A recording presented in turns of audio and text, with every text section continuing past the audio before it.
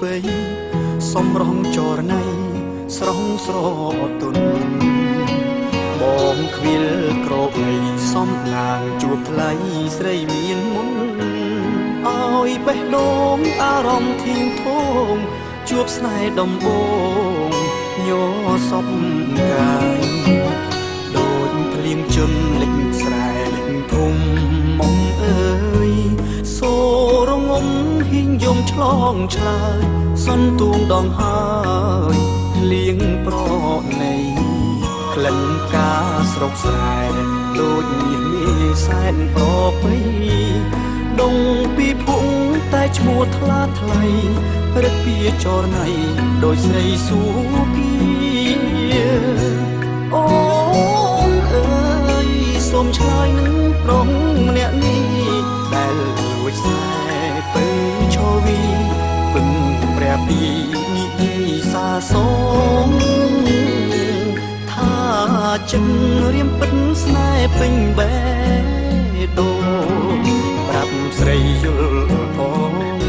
ដឹងទេនួនអងបងលួចស្នេហ៍សាបេះដូងផ្ញើតាមក្តាមខ្យងឆ្លងទៅសូមបើទ្វីបេះដូងពើស្នេហ៍ប្រុងក្លៅជ្រៅនឹងស្ងួនមែនបងស្មោះពិនគ្មានចិត្តនឹងក្បត់នឹងនួនក្រមែនពិន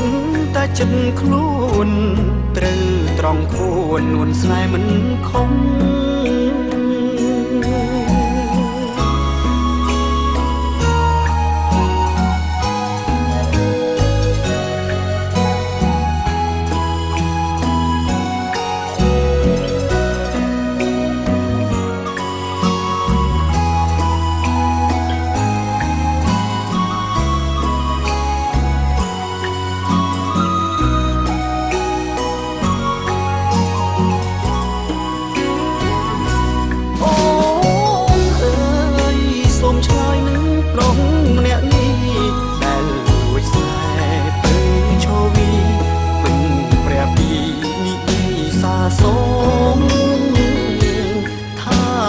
ចិន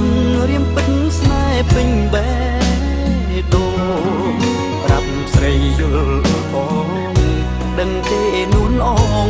បងលួចស្នេហ៍សាបេះដូងផ្ញើតាមក្តាមខ្យងឆ្លងទៅសូមបើទ្វីបេះដូងពើស្នេហ៍ប្រុងក្លៅជ្រៅនឹងស្ងួន